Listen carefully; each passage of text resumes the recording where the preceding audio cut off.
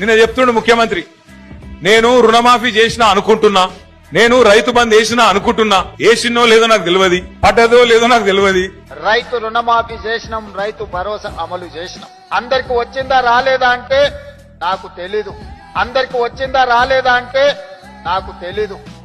మరి నువ్వెందుకు పికనికా? నువ్వు మా ముఖ్యమంత్రి వారు, నువ్వు లేకపోతే ఇంకోట ఏంది? నువ్వు మరి నువ్వు రైతు బంద్ ఎత్తే నీకు తెలియదు, రుణమాఫీ జరిగిందో లేదో నీకు తెలియదు. హైదరాబాద్ లో దోమలు బాగా పెరిగిపోయినాయి, మున్సిపల్ మంత్రి వాడు నువ్వే కదా.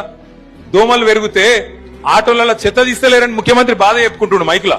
ఈ రోజు చెత్త ఎత్తమంటే 5,000 ఆటోలు ఉచితంగా ప్రభుత్వం కొనిస్తే చెత్త ఎత్తాల్సిన ఆటో వాళ్ళు ఈ రోజు మేము చేయము, మేము చేసిందే చెల్లుద్ది అన్నట్టుగా వ్యవహరిస్తుంది.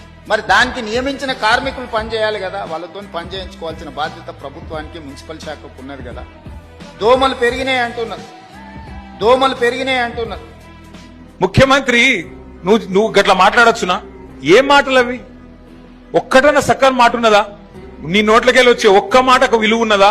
గరీబోళ్ళ ఇండ్ల మీద వాడి కూలగొట్టుడే కాకుండా నిన్న చెప్తున్నాడు ముఖ్యమంత్రి, నేను ఈ చెర్ల పొంట ఉన్న కొన్ని బిల్డింగ్లను బ్లాక్ చేసిన, వాటికి రిజిస్ట్రేషన్లు బంద్ చేయించిన, వాటికి ఇప్పుడు వాల్యూ జీరో ఉన్నది, జీరో వాల్యూ అయిపోయింది అది అని మాట్లాడుతుంది. ముఖ్యమంత్రి గారు ఒకటి గుర్తుపెట్టుకోండి, జీరో వాల్యూ అయ్యింది ఆ బిల్డింగ్లకు, అపార్ట్మెంట్లకు కాదు.